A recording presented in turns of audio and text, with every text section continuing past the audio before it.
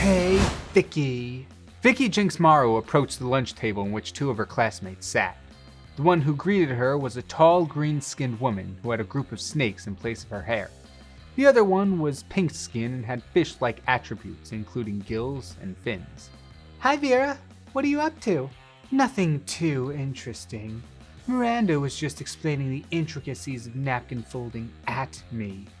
Vicky turned to look at the mermaid princess that was her classmate at Spooky High, and sure enough, Miranda was rambling away about the different types of folding techniques, while simultaneously demonstrating them on an ornate cloth napkin that she definitely didn't get from the school's cafeteria. By contrast, this swan folding is for first wedding. Wow, that sounds really boring. Hey Miranda, catch! Vicky pulled out a tamari ball from behind her back and tossed it to Miranda. Instinctively, Miranda's hands flew up to catch the ball. However, her reflexes failed to notice the metallic face with sharp teeth attached to the ball. When the ball landed in Miranda's hand, the teeth began chattering as the ball began ticking. Miranda's eyes grew wide as she shot up from the table and ran out of the cafeteria, still holding on to the object, hoping to get rid of it before Vicky's homemade tamari bomb detonated. I heard Zoe was trying to start a food review magazine. Ask her how that tastes. I thought she'd never stop. Thank you, Vicky. No problem, Snakebite, Vicky responded and blew Vera a kiss. Spooky High's prom was coming up soon, and Vicky was trying to slither her way into Vera's good graces in hopes that she may accompany her to the grand event. So far, she had mixed results. Despite being bright and clever like Vera, the two girls had very different business models. Vera had a much more corporate sense when it came to business, prioritizing power and wealth over everything. Vicky Jinxmaru, on the other hand, was there to create some chaos, favoring bombs and explosives to get what she was after. Though she wasn't always like this. Vicky used to be a playful and clever human girl, albeit a little immature. She had a love of tinkering with things and playing with tamari balls. Unfortunately, Vicky had died as a teenager due to a terrible accident. In grief, her father tried to resurrect her, and although he succeeded to some extent, the resurrection process drove her mad. It wasn't long before Vicky, now a resurrected mass of body parts, was forced to live in the monster world. Now outcast and alone, Vicky didn't know what else to do except carry on with her life in this new world. Hey, Vicky, you there? Vicky snapped back to reality, not having realized she started staring into space. Vicky, I wanted to ask you something. Vicky's heart began racing. It was a long shot, but she had a faint hope that Vera was about to ask her to prom. Yes! What is it? Vicky replied, trying to hide her excitement, to little success. There's a very fancy business dinner event tonight, and I want you to come with me. Vicky's heart sunk. This was not what she was expecting. Tons of powerful and influential people will be there. CEOs from all different companies, and that would make me, us super rich and famous had we gotten a chance to work with them. So, what do you say? Vicky sat in silence, thinking.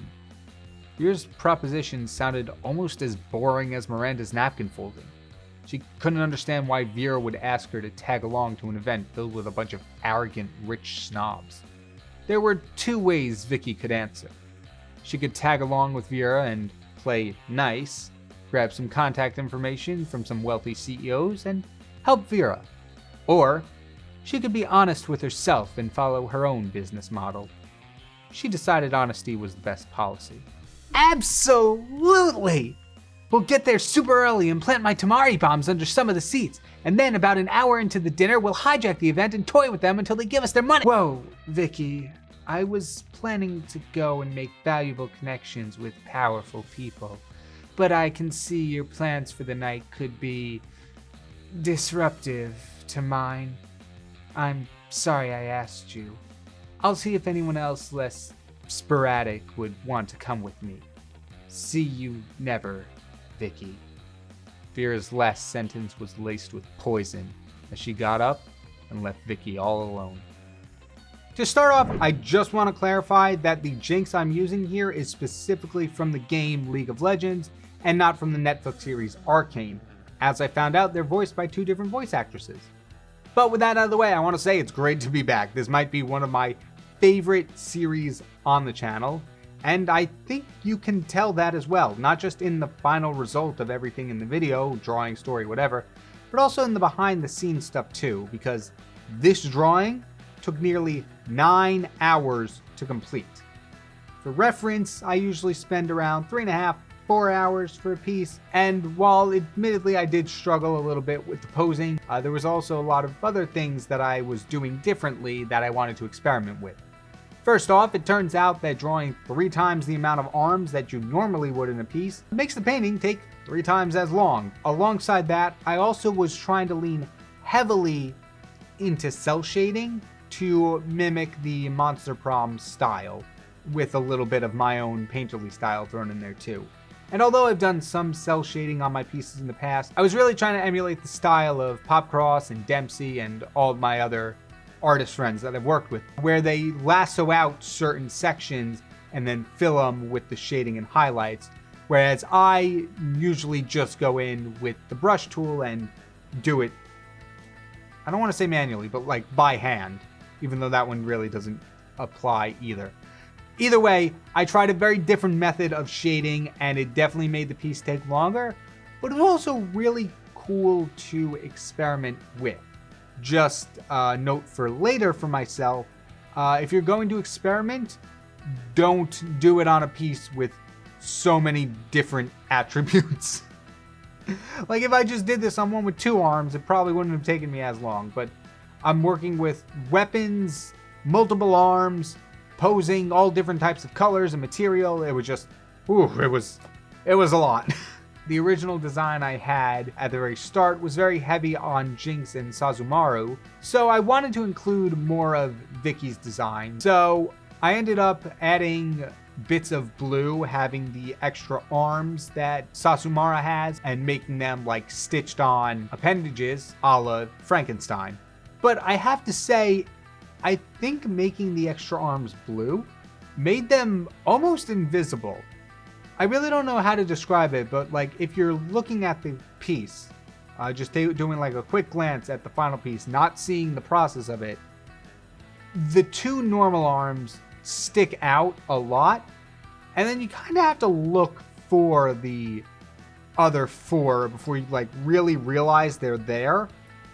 I have to say, I'm really happy with how the Fishbones rocket turned out, with Jinx or Vicky or whatever I named this fusion leaning on it, because this was a very complicated weapon to draw, and I took different iterations of the weapon that I found on Google for reference and kind of combined them all together, which I think is cool because now it comes up with my own design of Jinx's Fishbones rocket launcher.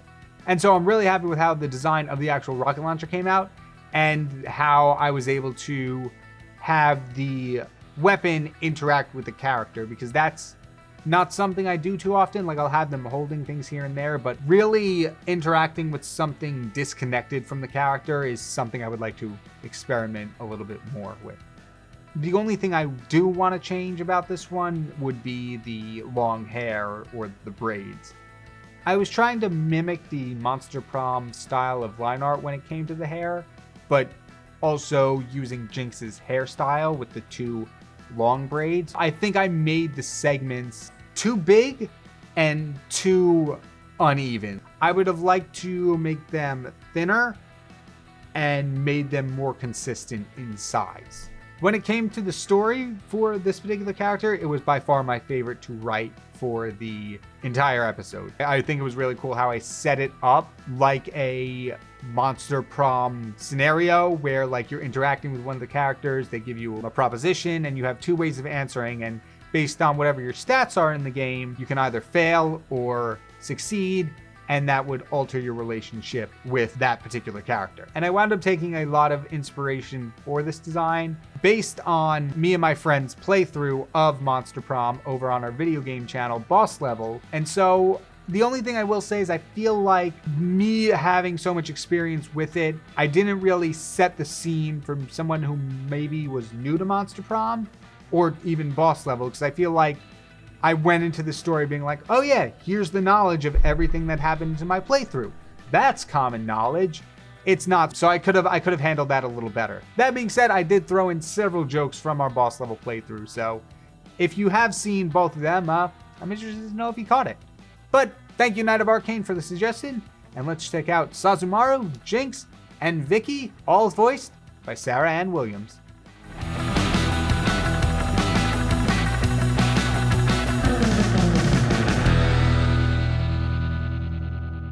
The room was quiet. A single ray of sunshine broke through the blinds, casting a small sliver of light onto the far wall. Clippings of newspaper headlines were lazily pinned to the wall with pieces of tape that were noticeably losing their adhesive properties. The clippings all depicted a muscular man with spiky hair during various acts of heroism.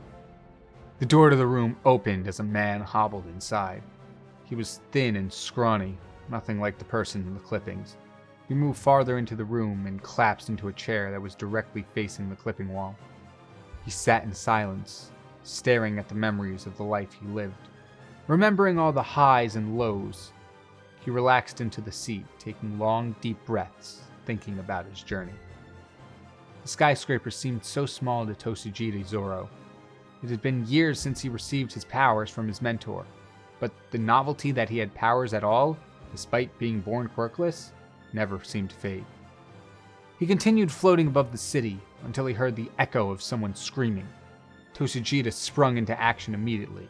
He bolted straight downwards, making a beeline to the source of the noise.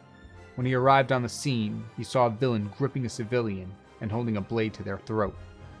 Upon further inspection, though, Toshijita could see that the blade was originating from the villain's arms. He was a quirk user.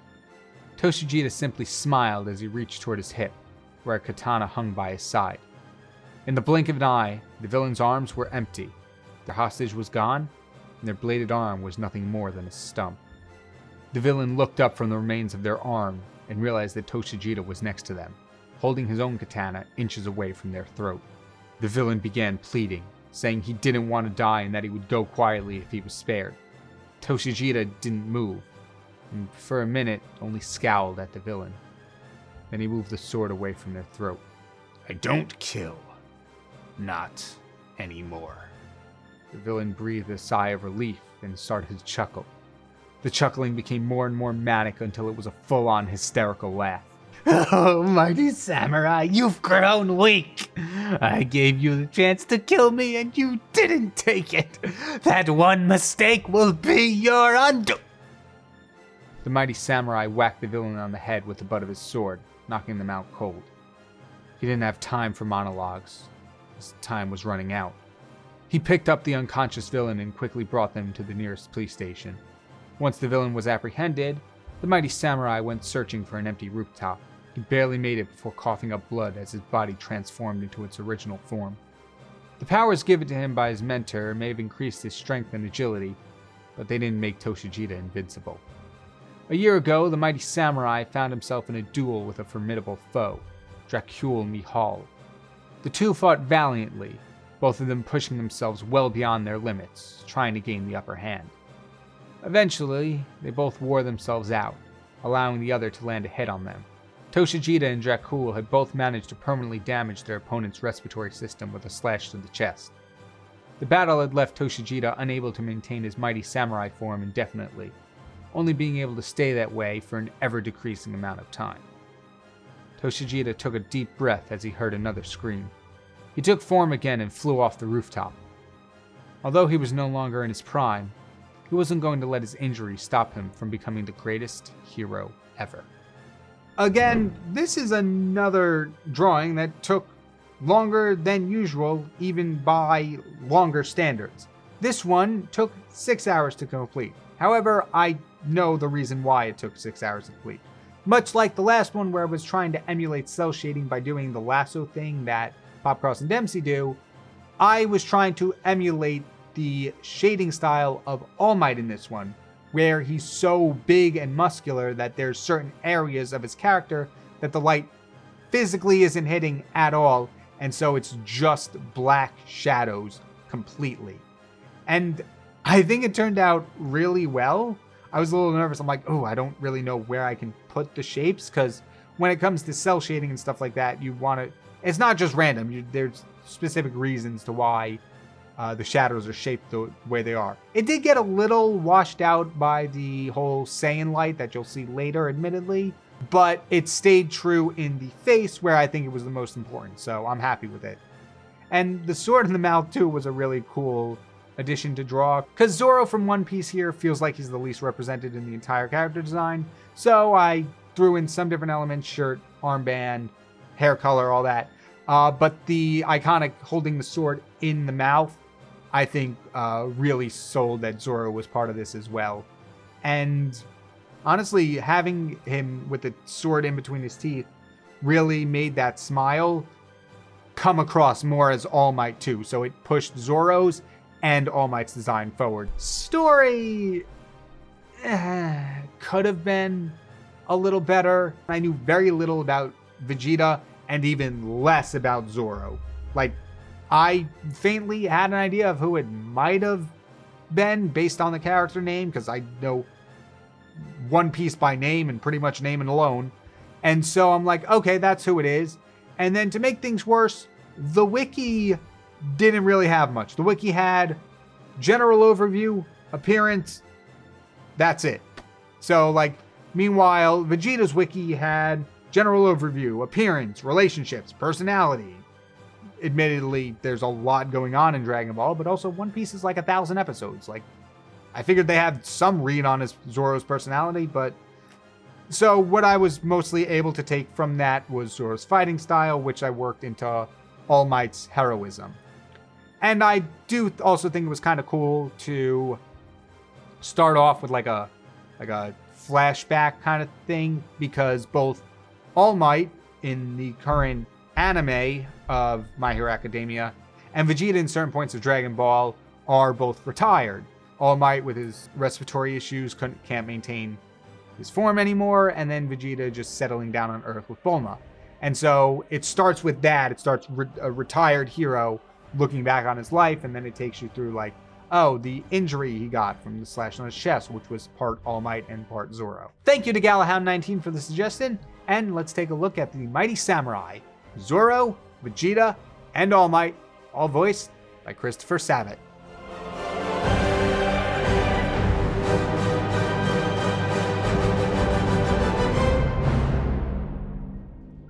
Humanoid Tiger picked up the metallic head of a robot and inspected it. He put the robot head over his own and wore it like a helmet as he continued to trek through the remains of the battlefield. The Apalexian surveyed the smoldering wasteland as the bodies of robots and his clan members littered the ground. He made his way towards enemy lines, keeping his head on a swivel, ready to defend himself at a moment's notice if it so came to that. Eventually, he came upon the enemy's base. If his information was correct, his friend would be inside. The robot devil and his army had taken Bender's friend in the dead of night, and Bender vowed not to sleep until he was safely returned back home.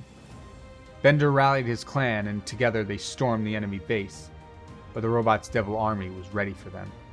They fought long and hard. Now he was the only one of his clan left standing. He stood before the door to the enemy base. Normally, one would be wary about simply walking through the enemy's front door. But what Bender Rath Scott lacked in common sense and intuition, he more than made up for in brawn and strength. Sure enough, when he kicked down the door, he found himself staring face to face with at least 50 dozen robots, all tasked specifically with exterminating Bender. He didn't even bother to count how many robots there were. In a short time, they'd all be scrap metal anyway. Bender launched into the air and fired multiple rounds from the machine gun attached to his leg into the crowd of robots, destroying a couple of them. He then spun around and landed an elbow drop on a few more. He continued to single-handedly destroy every single one of his robot adversaries through a combination of wrestling moves and his machine gun leg, until, as he predicted, there was nothing left but piles of scrap. He was about to continue his journey through the base when the sound of clapping echoed around him. Bender turned and saw the robot devil emerging from the shadows. with a cage containing his best friend close behind him. Ha, Ben! Upon seeing his friend, Bender flew into a rage and began shouting in the robot devil's direction. Let me tell you something, Cage. If you think you can hold my best friend inside of you without getting torn apart, you're in for a rude awakening. The robot devil stared at Bender in confusion. He knew Bender was far stronger than him, but he didn't realize he was so dumb. The robot devil thought about how he could use this to his advantage. Stand down, Bender. I do not wish to fight. I know your strength is far superior than mine. You better believe it is. Right. Anyway, I'm willing to let your friend go. Then do it, little man. Please let me finish. I am willing to let your friend go if you beat me in a competition of my choosing. Do you agree to these terms? Bring it on. I can beat you in anything. We'll see about that. The robot devil pulled a golden fiddle from behind his back. If you can play this fiddle better than myself, you and your friend are free to go. And I'll even let you keep the fiddle. Ooh, shiny. Let's do it then. The robot devil began playing with incredible grace, producing one of the smoothest sounds anyone had ever heard. His fingers danced around the strings with precision, like he was already 3 notes ahead of what was currently being played. The robot devil started to move along with the sounds, giving a visual performance of the notes. Admittedly, he got a little carried away, but eventually he finished his turn. Holding his head up high, he handed the fiddle off to Bender. All right then, your turn. The robot devil still felt the fiddle in his hand. He opened his eyes, only to see that Bender was no longer in front of him. He looked around, realizing he was alone, until his eyes landed on the cage. Ah, shoot. It was torn to bits, and both Bender and his friend were gone. Yikes, this one might end up being a long episode. I'll be honest, I really had no idea where I was going with this story, mostly because none of the characters that were suggested are main characters per se. Rath is an iteration of Ben and only appears, dare I say, when the plot calls for him. The Scotsman, although I don't know much about Samurai Jack, I know is only an ally to Jack and doesn't always appear in the series, if my research is correct. And then Bender is part of Futurama, which for the most part is more anthological, I believe is the right word. And so there's not much of an overarching story that I could have taken from there, although I admittedly did some parts of this story.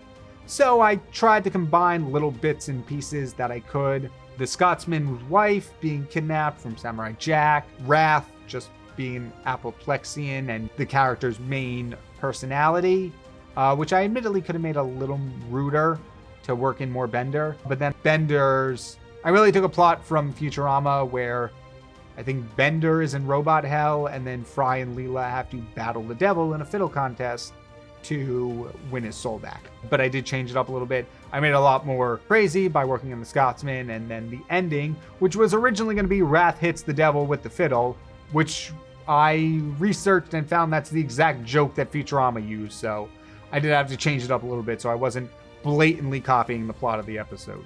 And even before I started working on this episode at all, I did think about foregoing stories just so I can work in more characters into the design and then only do design notes. But personally, I felt like the stories make these kind of episodes more interesting, because like, oh, well, the design's cool, but how can he work all the characters into one cohesive story? And sometimes it admittedly works better than others, but it's still really fun to write. And for the drawing itself, this one was the quickest. This one took the standard 3.5 to 4 hours, and that's mostly because I didn't really do anything fancy here. I did a little bit of cell shading that I normally do in my pieces, where I brush them in instead of lassoing them in, and then I mixed it with my usual painterly style.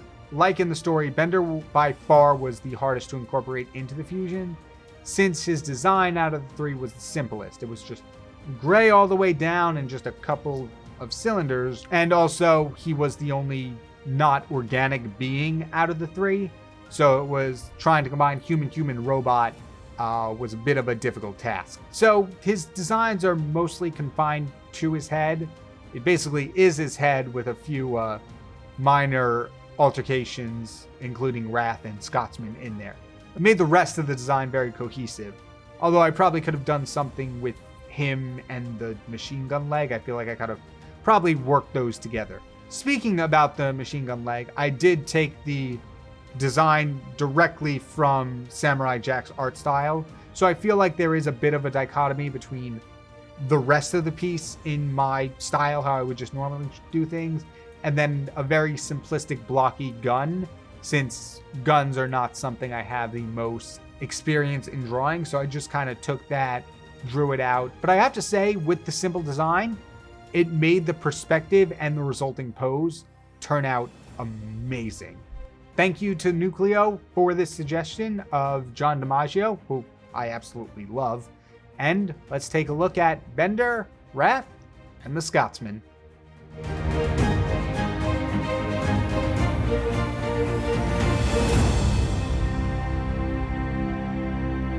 I'm really happy with how these came out. Every iteration of this voice actor fusion, I feel the fusions get better. There's a few design elements that I mentioned that I'm like, okay, I'd change this, that, and the other thing. But overall, I love these.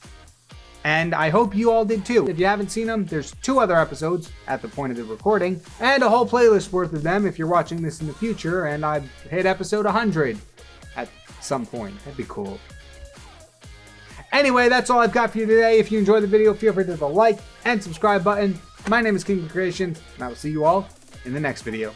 Take care, everybody.